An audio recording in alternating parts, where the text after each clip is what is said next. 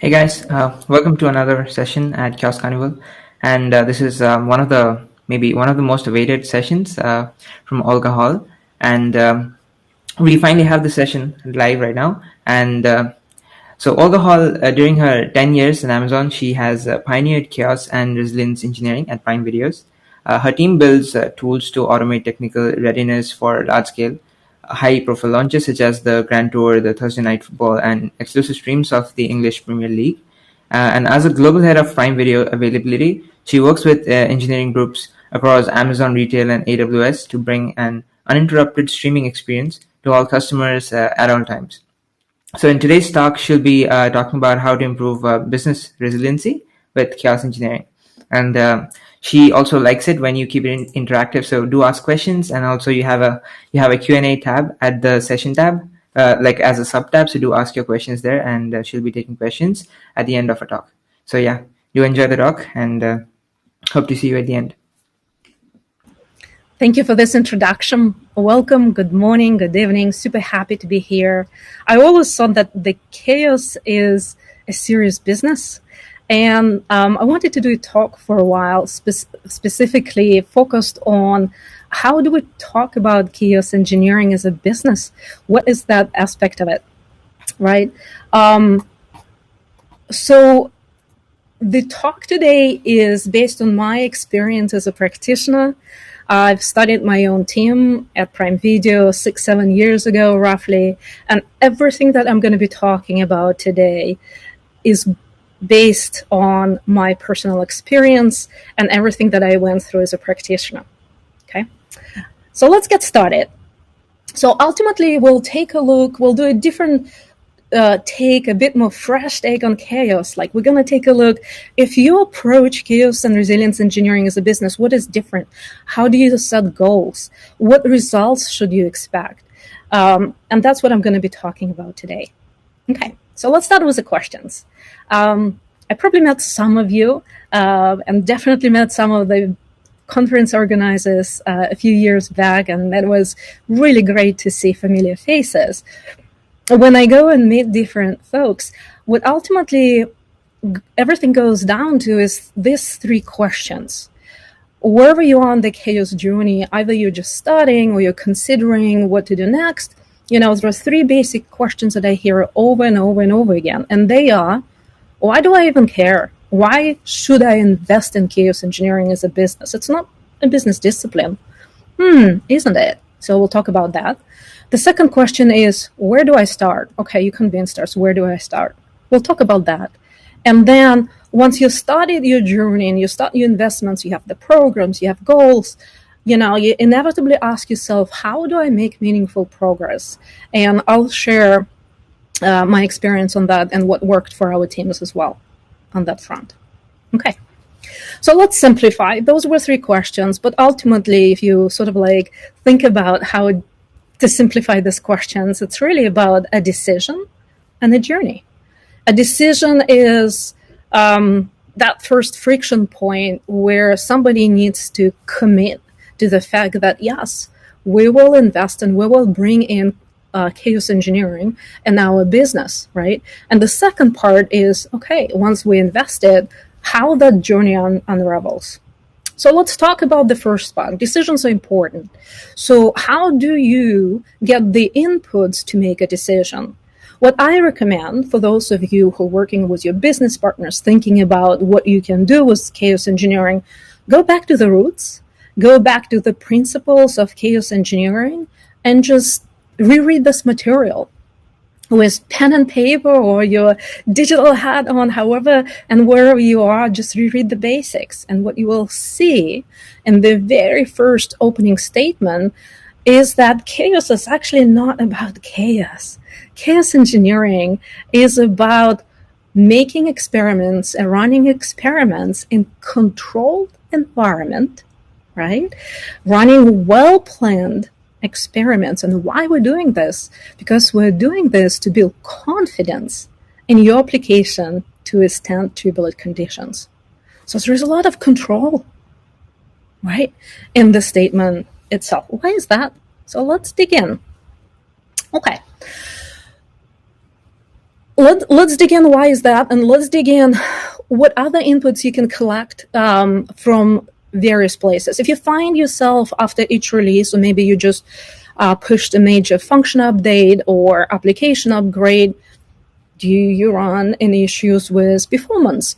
Or do you have a spike of errors? Or maybe you're at a good place and your application is a good place, but once in a while you have incidents and the blast of those incidents and how quickly your engineers can identify all of the dependencies. It takes time. That blast radius is large and it takes time to figure it out. Okay, so if you said yes to all of this, please stay on and prepare your questions. There's a second part of it. We rarely talk about it, but it's important to me to talk about it because very often we launch large projects, right? Either we are going into a new country or we're launching something major news. Like, for example, a feature of profiles that Prime Video launched, and I'll be showing how chaos engineering helped with that.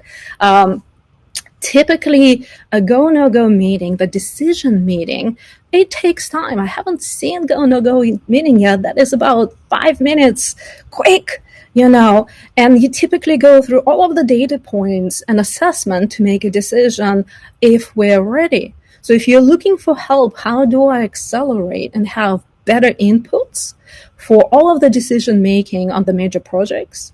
The talk is also for you. Okay.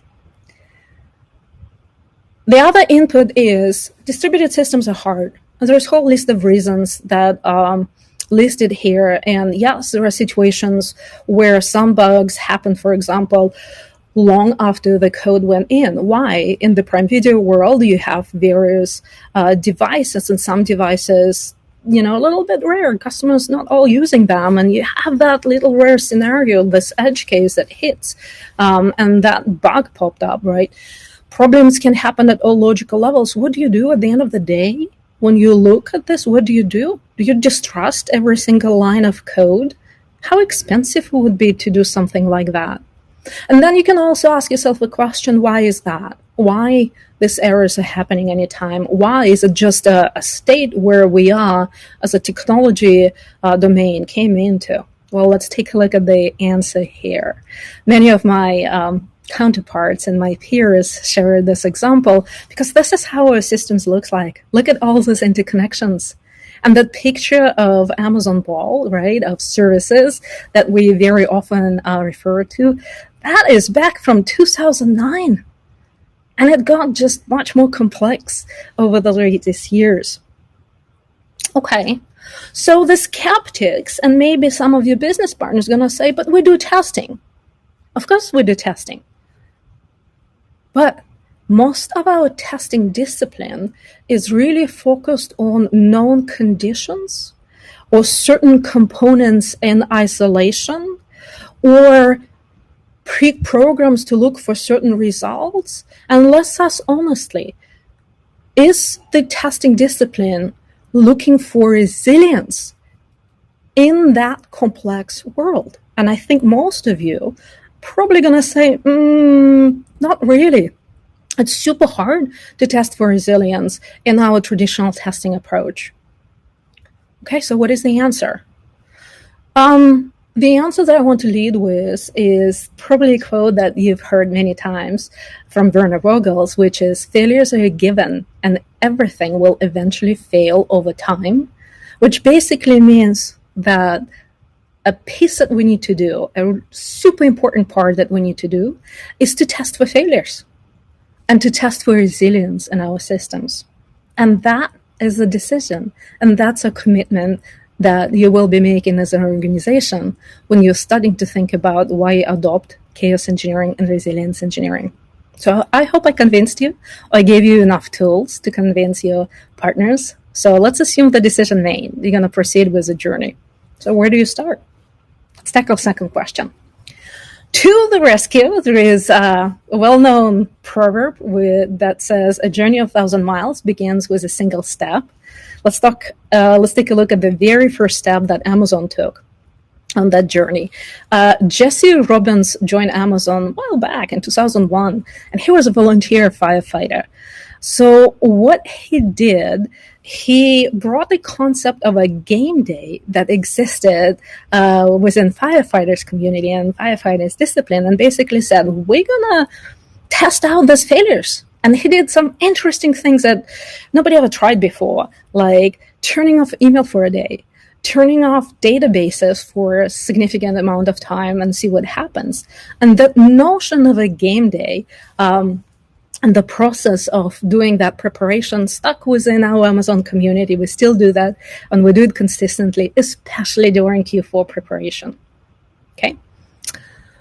So I'm going to pause and switch gears. So that was one of the very first influences and shapers of chaos and resilience engineering in the early days. So I'll switch back to basically figuring out, okay, what do I need to do, right, when I'm thinking about the journey? And that could be understanding your initial business objectives. Specifically, when you are figuring out how you're shaping up your journey, what do you want to do with your journey, in traditional Amazonian language, it's start with a customer and understand what will be important, what you're doing for the customer, what the customer behavior is. 2 examples. Ask yourself, are we preparing for a specific large launch? So that could be a business case supporting customer experience, right? Or are you really thinking about a set of capabilities that are super important for your business? And if you're preparing to launch this new set of capabilities, how do you make sure that those capabilities are resilient? Okay, so always start with a customer. Understand how you're going to delight your customers and understand that business case that your business will run. The second thing that you do is you understand the trends. And the trends are, look at your services, specifically work with your engineering community, understand what is the system's profile. How much of the code has been developed in the last 3 years? Do you have a mashup? Do you have both combination of serverless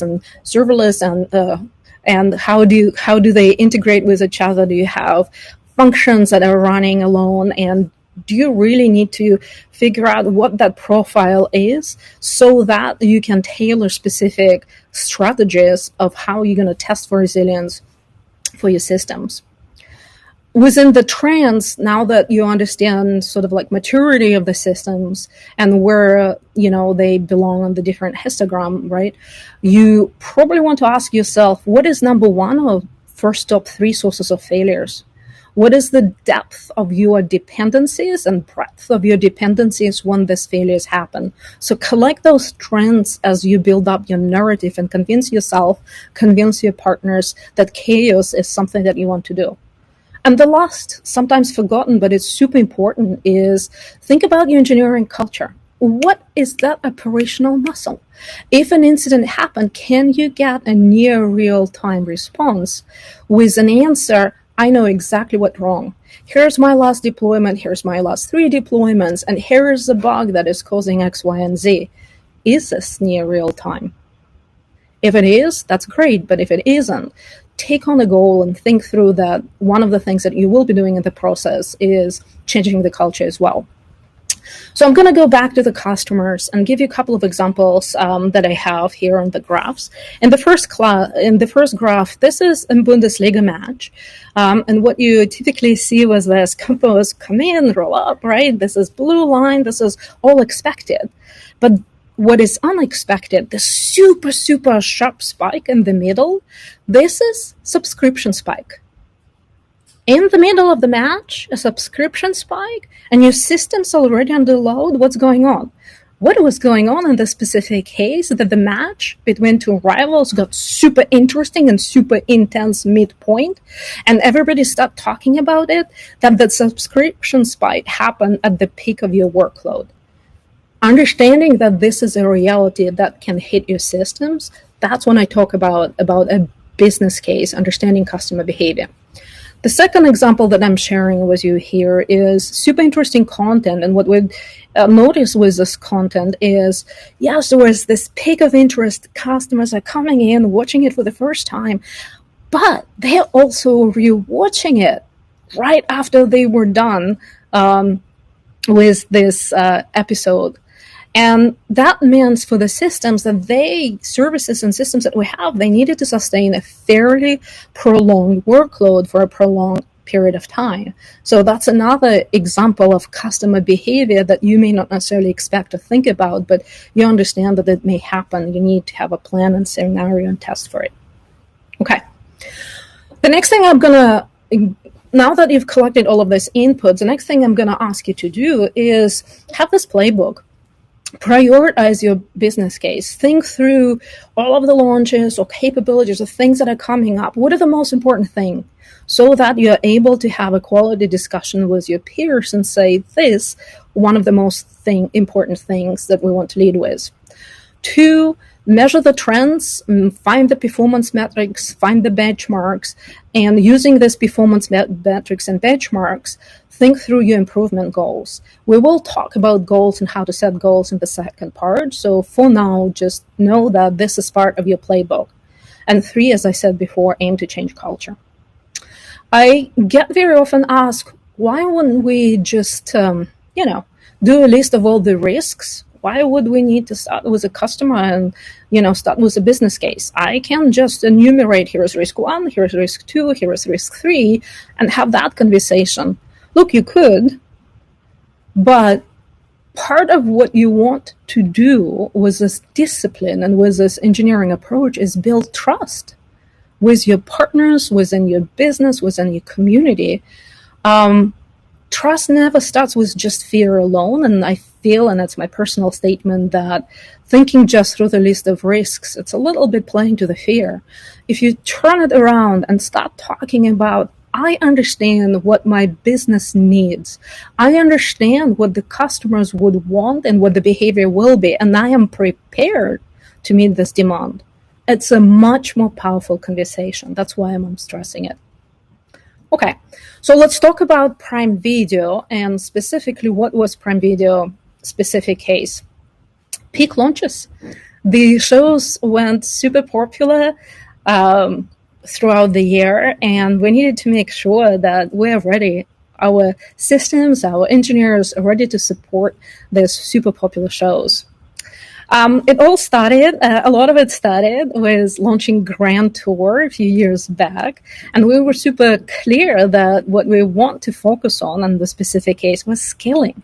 Why? Well, Grand Tour had about an audience of 8 million customers built in around the world, and we knew it's going to be a super popular show and wanted to make sure that we delight our customers as we were rolling out globally our application, and wanted to make sure that there is this an uninterrupted experience all over the world.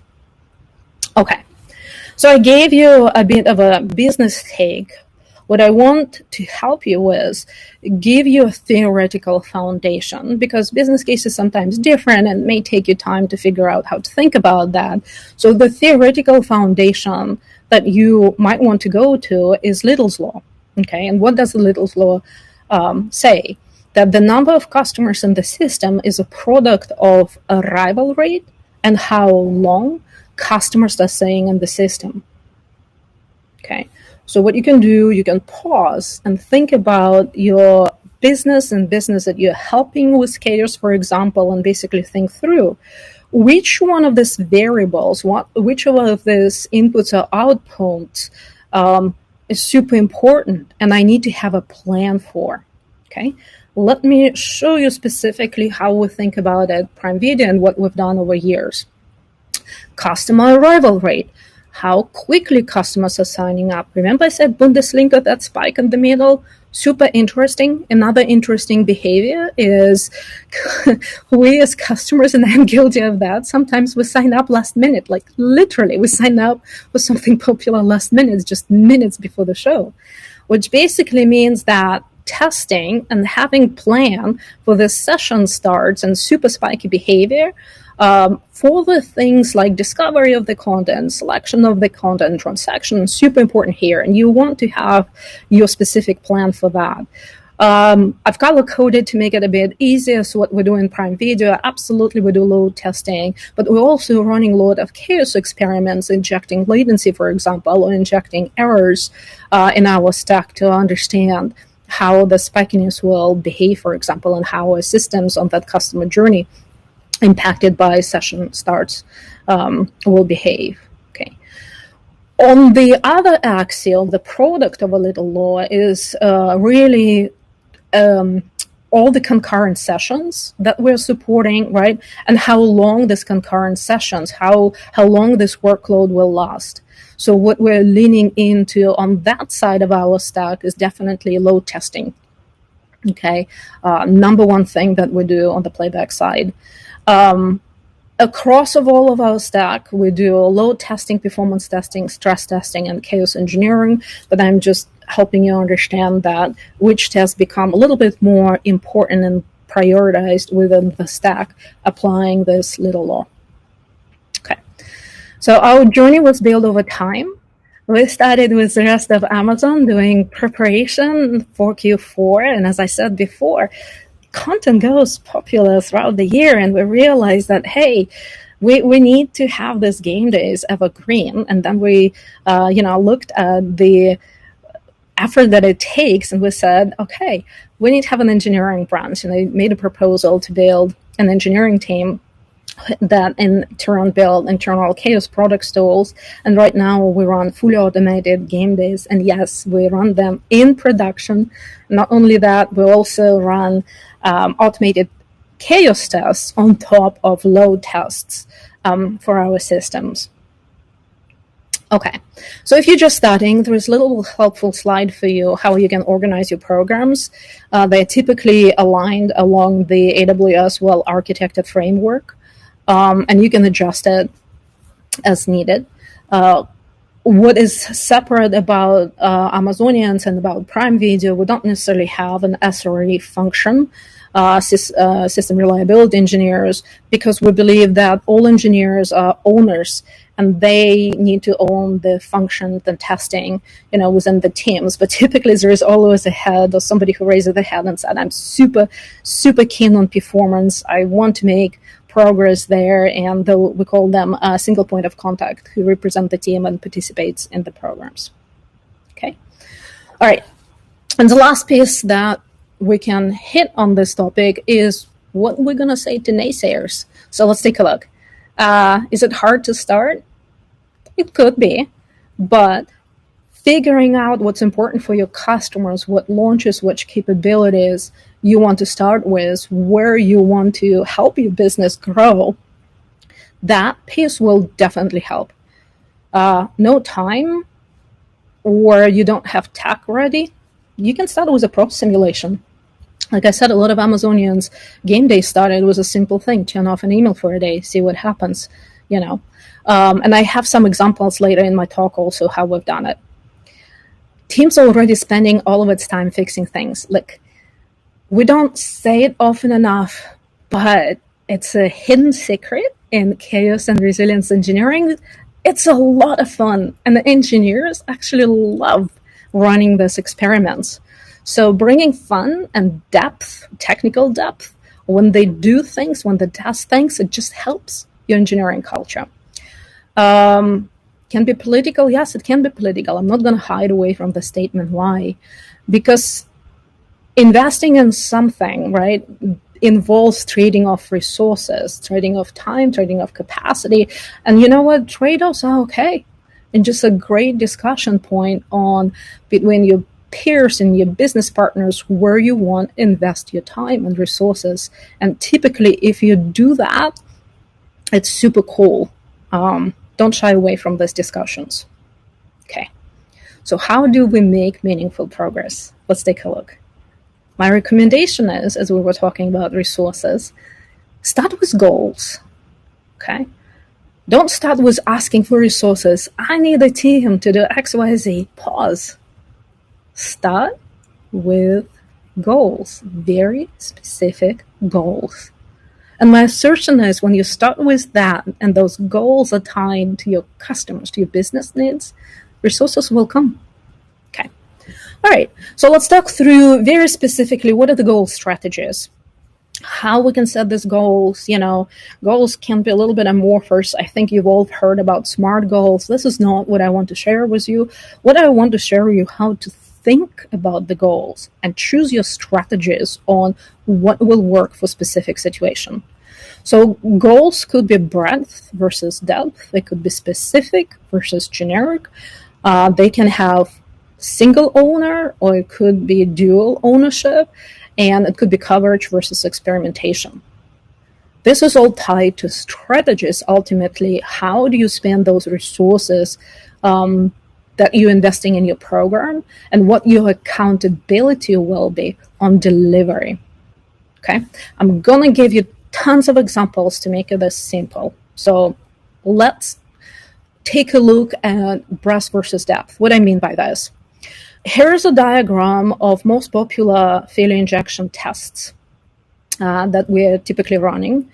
And there are two ways you can approach this. Okay, you can take a goal and say that the 100% of the engineering teams I will work with will execute 5 most popular tests, latency injections, for example, memory hog or CPU hog, right? Just be really good at basics. And if you're just starting on your chaos journey, just starting on the experiments, that's probably a good way to go. Okay, this is a depth approach. The breadth could be is, you know what, there is 5 teams, they're pioneers, they always experiment, and these 5 teams will execute all the available experiments by a specific date. And I think that works well in a little bit more mature environment where what you want to do is figure out the value of different experiments and bring the learning from that. So that's perfectly fine to do it that way as well. Okay. Highly anticipated case that I said of a real case example. Here is a blog that was posted in AWS open source blog in August.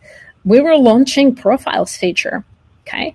And this amazing team that are early adopters of a lot of chaos experiments basically said, we're gonna be super proactive, and our hypothesis is that all of the timeouts, because there is a large set of dependencies that gets involved in the profiles. If you think about it, you need identity to work correctly and all of that, right? All of the dependencies around that sign up stack, right? So hypothesis is that all the timeouts are 40 milliseconds. Okay, great.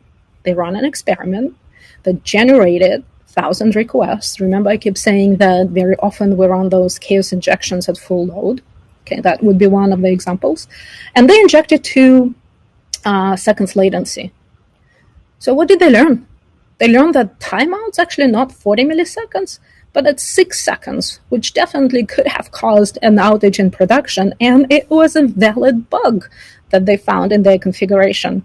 So what did they do? They fixed their configuration, they run the experiment, then they knew for sure before they launched this highly anticipated features that delighted our customers that indeed all of the timeouts are set at 40 milliseconds. Okay. The second case is reactive example. So it was a failure, the dependency throttled traffic, and there was an availability drop, right? So what do you do in this case? You run a fast fail circuit breaker. Okay, great. But how do you test it? So this is where chaos engineering came in and helped, because what we were able to do is we simulated this dependency throttling and we injected latency and we verified that dependency is fine, that the scenario is no longer present. Okay, let's take a look at another set of goals that could be specific for the project. When we were launching English Premier League, there was a number of new features that we were launching, and the feature goal, if you take a large project like that, was super generic. And I think what we opted to do back in 2019 to ask ourselves a question: how can we avoid one big storm of features? And we basically did a feature wave throughout. Okay, that's an example of something generic that you can do. The specific goal for this project launch was that we will have 100% availability for all of the English Premier League games. And to achieve this 100% availability, we did game day simulations, chaos and resilience, definitely were the mechanisms. So another example of a launch goal, for the launch English Premier League, a specific goal was that the goal relates to culture, engineering culture, that we need to have ability to detect and resolve any issues in real time. Okay, great. So that's a specific goal. To do that, we used simulations, and for the simulations, we had a bit more generic goal in this case. We basically said that the goal for the simulations will be for all the teams, all the engineering teams who are participants, they need to understand their roles, responsibilities, and they need to ensure that all resources are in place to fulfill those roles and responsibilities. I'm going to break it down to something a little bit more fun in the next slides, but stay with me, and for now, just specific versus generic set of examples. There is a bit of an audio noise coming from my deck. So for the next set of slides, let me switch into different mode. Let me know if this is not working well, but I have some audio interruptions. Okay. With the simulations, what did we do with the simulations? Look, it was 2019. It wasn't a year. It wasn't the year 2020. We could travel. And we were launching a project, something really huge for the first time, right? So we flew our engineers to London. We built this operations center. And all of the teams were sitting together, and we ran the simulations multiple times. So let's take a look. It's just real example. So what did we do?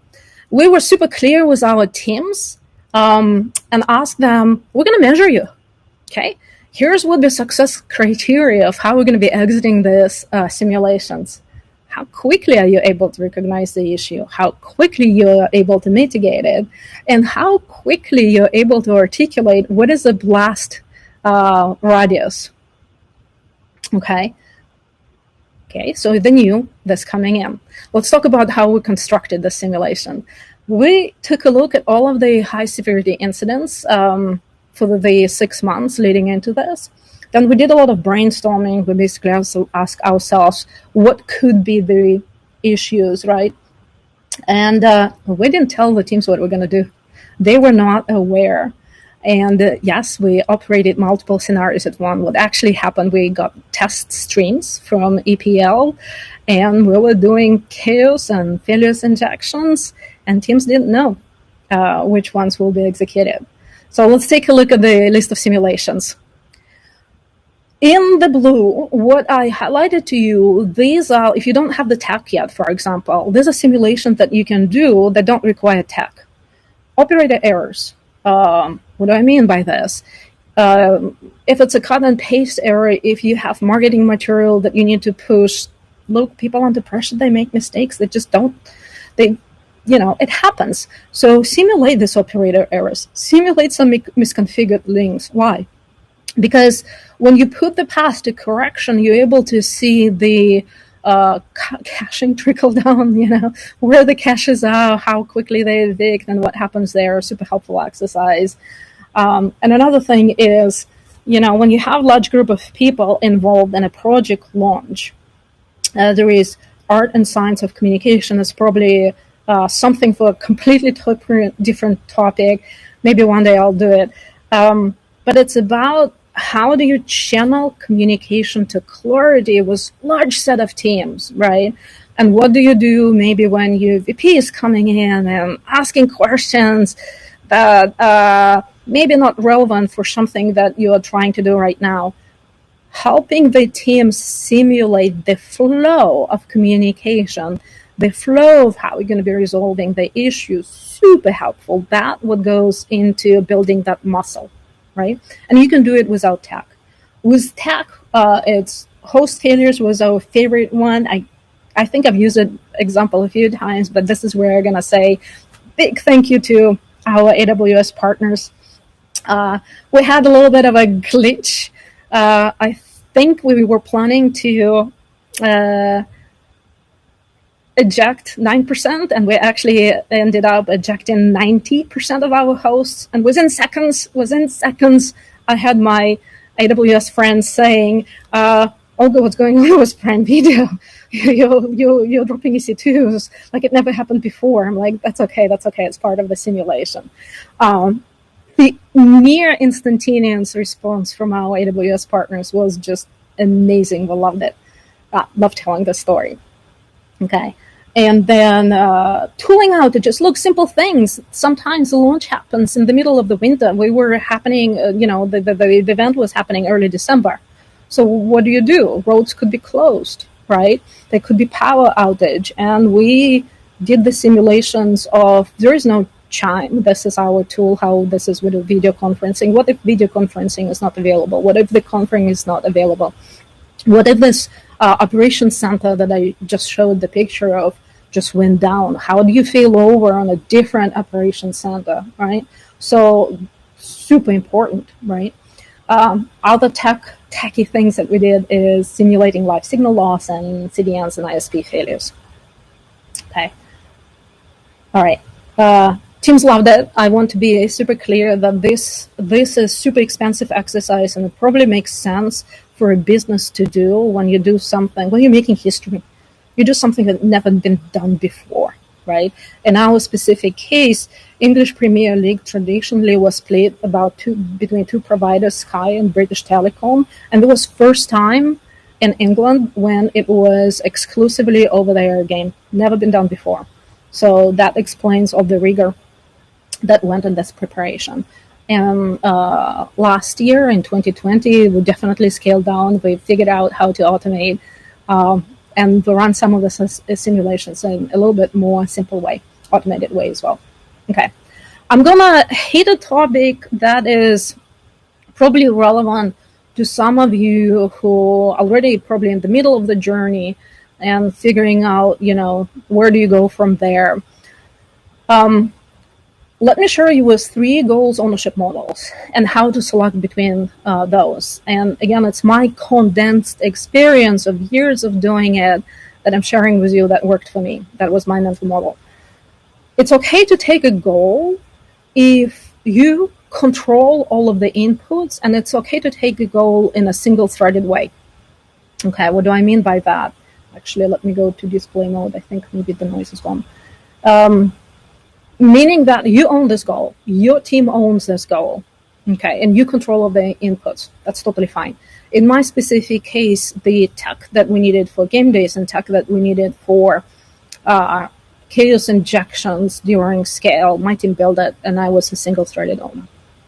Okay.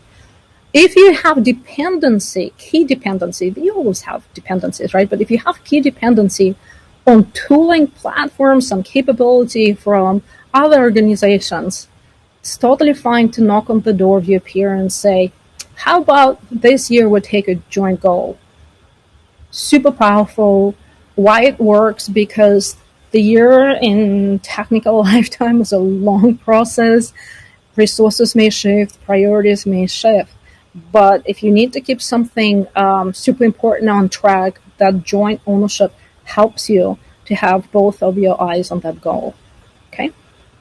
There's a third model at play where your success depends on how many succeed. Okay, let me give you a specific example. What we did last year, I created this goal that basically said we want to be ready because number of live events and the games grew. We want to be ready for each event certain number of days before with 100% accuracy of simulated traffic and with zero issues, okay, for each event. It's a complex goal. It has quality and timing built into it. And it's not just my success, not that it has nothing to do, well, it has something to do with my team, but it requires all of the Prime Video engineering teams to be my partners in driving this goal and do their parts of accomplishing the pieces that they need to accomplish. And what we've done with this specific goal, we created distributed ownership where each peer of a big, large engineering group took this goal as well. Yes, it was a bit of convincing to do why this is important.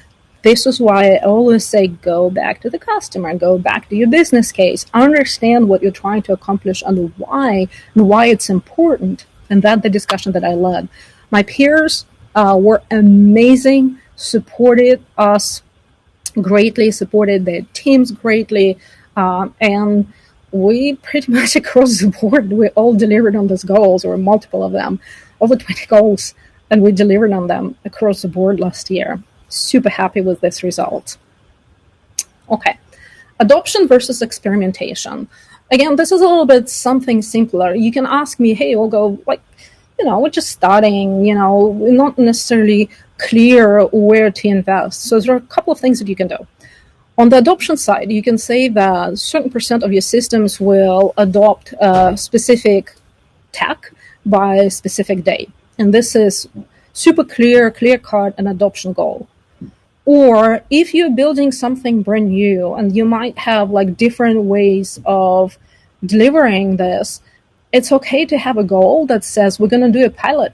We're going to run multiple experiments. We're going to run these pilots by specific date. And based on the outcome of this pilot, we will create a plan for rollout, and that rollout will be done by Y milestone. Totally cool for experimentation. No need to wait.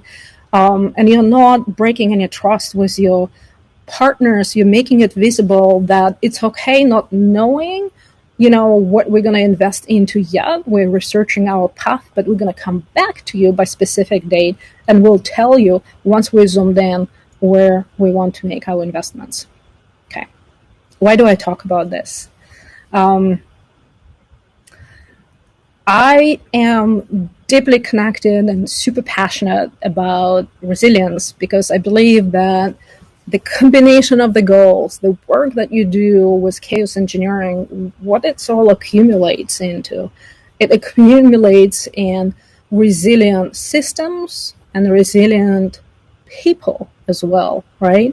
And that's a picture that I took in Seattle, and it just stuck with me, here's the plants, right? Under any weather condition, they're thriving, they're beautiful.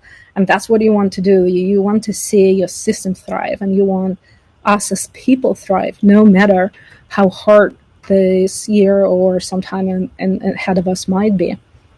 I'm going to give credit to the person who did a lot of work on resilience and probably one of the biggest influences on me personally.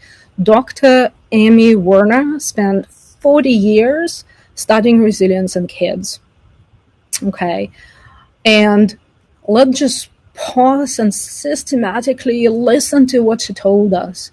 She told us that the resilience is a process of adapting well in the face of adversity. Okay. True for us as humans, we've all seen it last year. True for our systems, and I very, very often say that our systems are a reflection of us on some level, right? So it's a process of adapting well. The other thing is super important. It's ordinary. It's not extraordinary. So for those of you making a case about chaos engineering, go back to those studies on resilience and make a case that resilience and chaos is ordinary. It should be ordinary. It should be business as usual in your systems, not extraordinary. Okay. For humans, she said that this is not a trait that we as humans have or do not have. Eye-opening. Super good to know that. Super good to know that. Why is that? Because resilience involves behaviors, thoughts, and actions that can be learned and developed in anyone. Behaviors, thoughts, actions. Everything that I was talking about before, the playbook, the strategies, what you can do, how you can do it, it's behaviors, thoughts, and actions. I very often find that studies in humanities, they have relevance for work that we do in systems, and here we go, this is super true. Okay. So let's take a look at the takeaways on this journey. Find that specific goal, create that specific goal, take your first step, but don't end there. Keep a programmatic focus, iterate on goals. I gave you strategies, I gave you examples of what you can do, right, to keep expanding your goals year over year. Do rinse and repeat. Don't stop there. Go back to learnings about your customers, what customers do, how your business is impacting their behavior, what they like, what they don't like. Create that feedback loop between your learnings and your customers.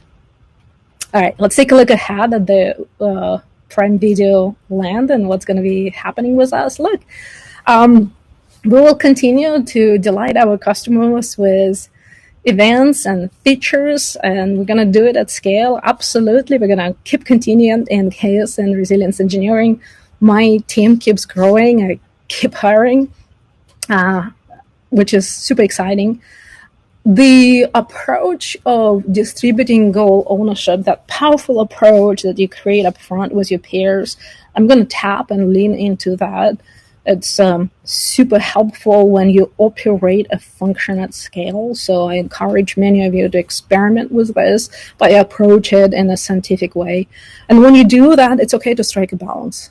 It's okay to have a conversation with your peers that can say, that's okay, I'm not ready for that. Or, this is interesting, yes, let's invest together. So make sure that you're not advocating adamantly, but you are listening to your peers and partners and business teams, right? And you're striking that right balance, because at the end of the day, what and why we do chaos and resilience, because we're earning trust in running these experiments, and we're earning trust that our systems are resilient even when they're faced with failures.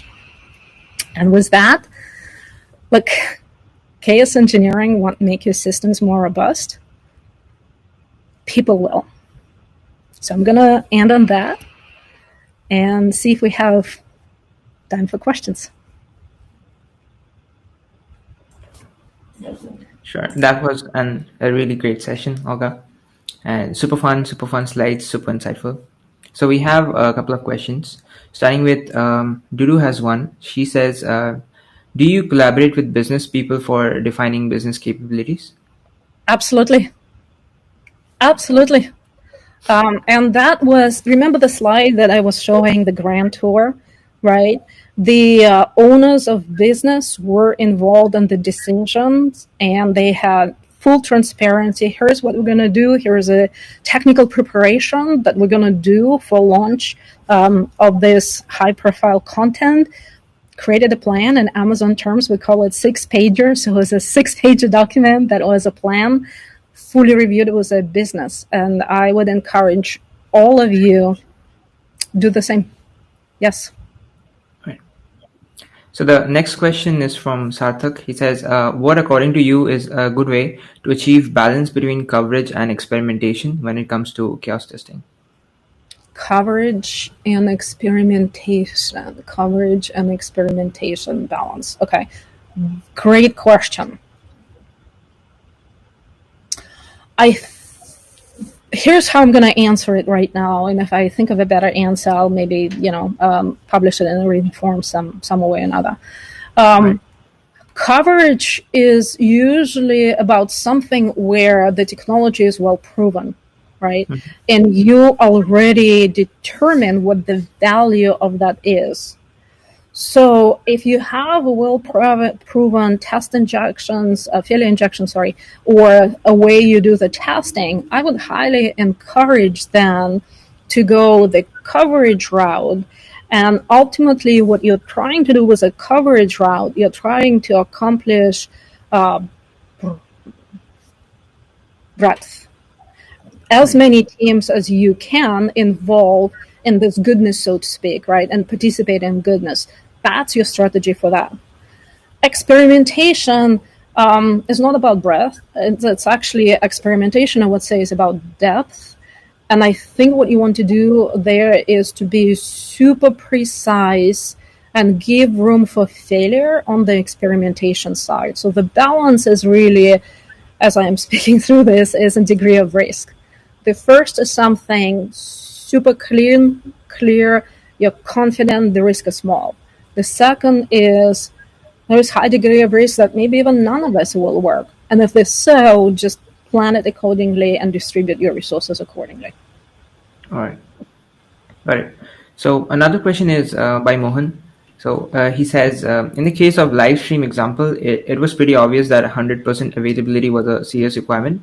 In other non-obvious cases, what would be a good way to identify the metrics that matter before the first crash or fail?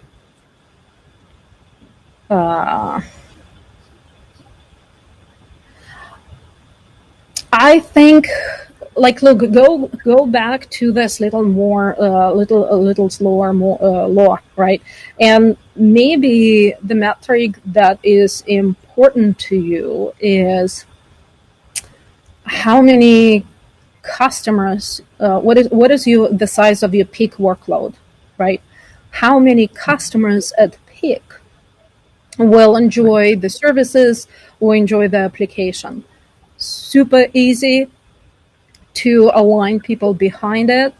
It's hard to project it sometimes. It's almost an art and a science because nobody has a crystal ball, and especially if you're entertainment, the content can go viral at any given point of time, right? So it's super hard to do. Nevertheless, figuring out the total number of customers that you will have at peak, super interesting. It will be interesting to your business partners and will be interesting to your technology teams as well. Why? Because it's going to drive such conversation as, do we have enough capacity, or what our limits are set at. It becomes a super technical conversation as well. So I would leave you with that recommendation. There's a whole bunch of other things that you can do. You can set your goals and measures on latency, what is acceptable, what is not, right? You can set your goals on errors, for example, what error rate is acceptable, what is not. But this is a little bit more, this is more nuanced, and it's more sort of like what is important to customer experience. And I think if you are in the media business and entertainment business, making sure that you can serve all customers and you understand what that all is, start there. Yeah, absolutely. All right, so the final question is a pretty interesting one. So Prithvi asks, what are your thoughts on Chaos Carnival as an event to take forward the value of chaos engineering? I think you guys an amazing job with great lineup of talks and speakers, and I'm, as a speaker, super thankful the amount of support that you've provided all of us, getting up to speed with a new platform, figuring out how to use it and making it easy and fun. I definitely feel lots of energy coming from this conference. I hope you guys planning to do it again and again. So very, very much enjoying the experience, and I hope those of you that are listening and are finding it helpful as well. Thank you. Thank you so much. All right. Thank you guys for joining this session. We have tons of other sessions going on as well right now. So do feel free to join them as well. And we are soon going to have a break and a very interesting bootcamp. So thank you. Thank you for tuning in. Bye.